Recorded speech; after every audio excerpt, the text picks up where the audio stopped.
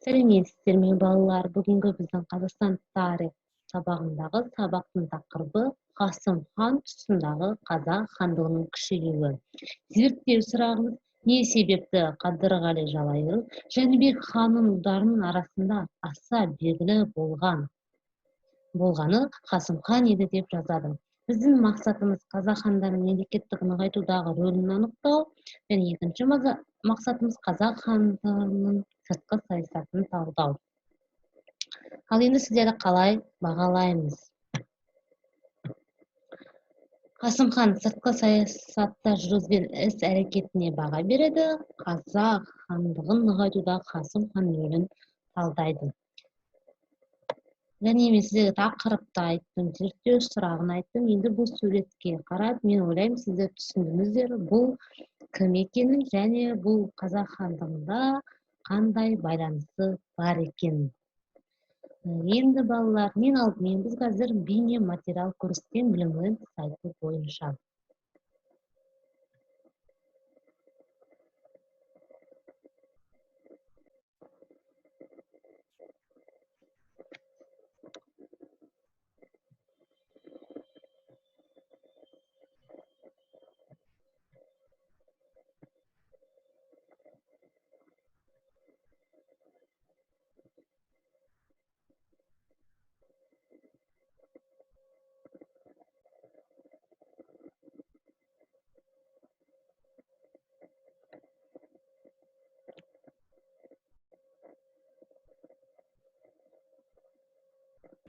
Жәнібек хан кейін таққа Керейдің ұлы Бұрындық отырды.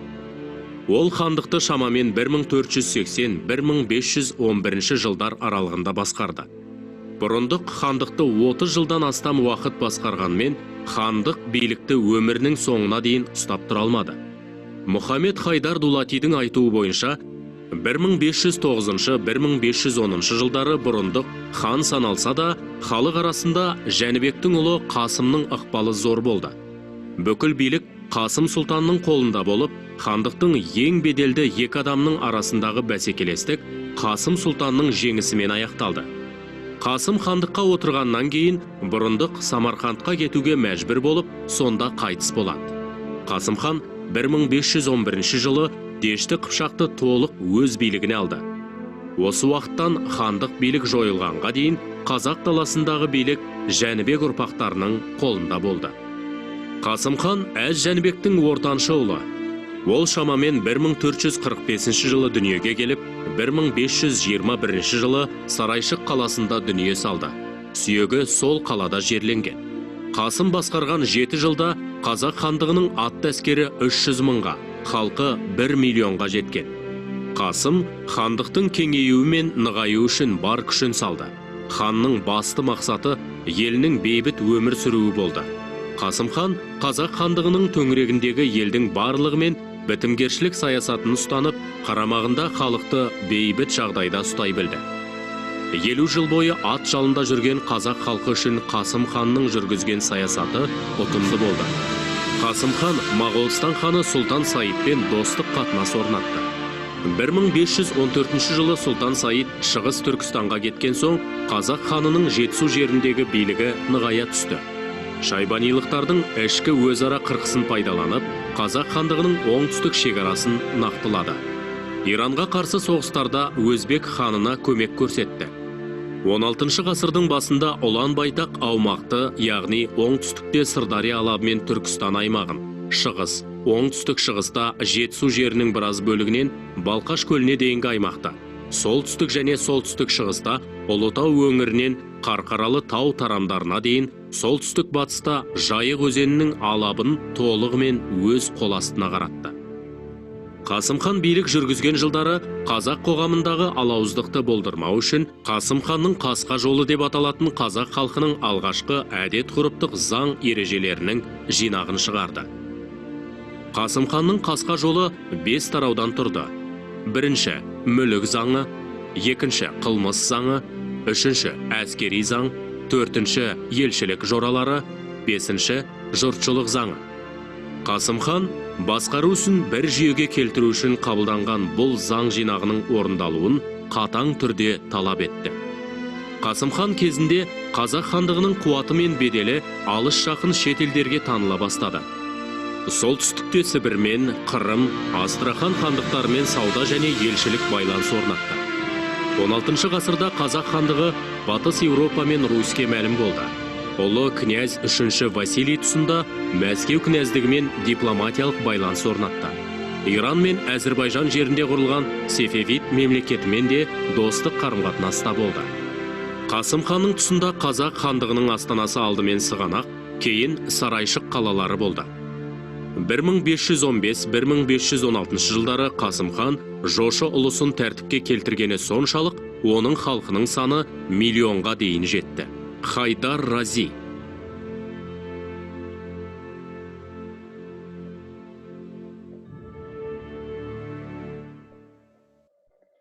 Ал балалар, енді біз бейне материалды көрдік. Біз қазір кішігірім конспект жазамыз. Содан кейін тапсырма орындаймыз. Балалар, жас қойыңыздар. Қасым хан 1445-1521 жыл, немесе кейбір деректерде 1518 жылы өмір сүрді. Екінші, Қасым хан 1511-1521 жылдары қазақ хандығын билік етті. Үшінші, Қасым хан билік кезінде қазақ хандығының астанасы Сарайшық, Сығанақ болған. Қасым ханның қасқа жол атты заңын шығарды. Ол 5 бөлімнен тұрды. Бірінші, мүлік заңы, екінші, қылмыс заңы, үшінші, әскери заң, төртінші, елшілік жоралар және бесінші, жұртшылық заңы. Конспектті жазып болғаннан кейін бірінші тапсырмаға көшейік. Бірінші тапсырмада балалар, сіздер бейнематериалды еске түсіре отырып Қасым хан туралы кестені толтыру керексіздер. Кестеде Қасым хан қай жылы өмір сүрді, Қасым хан қай жылы қазақ хандығын билік етті, Қасым хан кімнің ұрпағы, Қасым хан билік еткен жылдары халық саны қаншаға жеткен, Қасым хан билік еткен жылдары ат әскері қаншаға жетті, және Қасым ханның заңы қалай аталады және неше бөлімнен тұрды. Осы тапсырманы орындап біткеннен кейін балалар, біз Blended сайтын қолдана отырып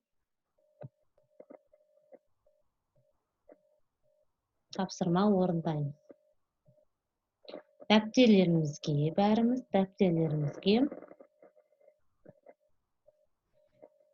Қасым хан тұсында қазақ ханның шекарасын жазу керексіздер. Міне сіздерге балалар карта тұр. Есімізге бірінші түсіреміз. Оңтүстік қайда, солтүстік қайда, шығыс, батыс қайда екенін біз әр сабақта айтатынбыз. Енді осы жерден балалар оңтүстікте Қасым хан кезі қай жерге дейін шекараланды, соны жазу керексіздер. Осының ішінен таңдап алып, Жайық өзенінен Жетісу жерінен біраз бөлім, Балқаш көліне дейін, Ұлытау өңірінен Қарақалы тауы тармағындарынан немесе Сырдай алабынан Түркістан аймағының біреуін таңдап аламыз. Оңтүстіктің шекарасын жазсақ, шығыс және оңтүстік шығыстағы шекарасын таңдап тағы жазамыз. Сосын солтүстік және солтүстік шығысты жазамыз. Және не соңғысы әрине солтүстік батыста таңдап жазамыз. Осы тапсырманы орындап болған соң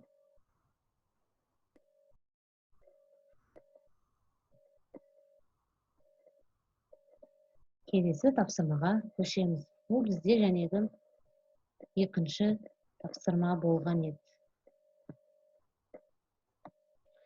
Енді біздің тапсырмамыз мәтінмен жұмыс. Мұқият осы конспектті, осы мәтінді оқып шығамыз. Әсіресе көңіл бөлеміз. Қандай тарихшы, қандай жазушы Қасым хан туралы не айтып кетті. Мұқият оқимыз. Жалпы 4 минут уақыт беріледі балалар. Сіздер өздеріңіз байқасаңыздар, мен әр слайдтың үстіне минут уақыт жазып қойдым. Қанша минуттан берілетінін. Осыны оқимыз мұқият.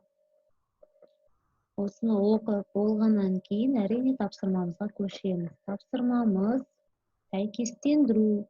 Мұхаммед Хайдар Дулати, Махмуд бин Уәлид немесе Бабыр Қасым хан туралы не айтты? Бұның бәрі және конспектте болды. АБС деп таңдап қойсаңыздар да болады. Кімге ыңғайлы тіпті жазып алсаңыздар да болады. Әрине үй тапсырмасына не себепті Қадыр Жалайырым Жәнібек хан ұлдарының арасында аса белгілі болған Қасым хан еді деп жаздым. Сұрағына пирамидаға Қасым ханның жетістіктерін алсаңыздар. Қасым хан қандай билік еткенде қазақ хандығы қандай жетістікке жеткенін пирамидаға бір-бірден қоясыздар. Біздің рефлексия білемін, білдім, білгім келеді. Рахмет балалар. Сонымен біздің осы тапсырмамыз берілді. Біздің сабағымыз аяқталды.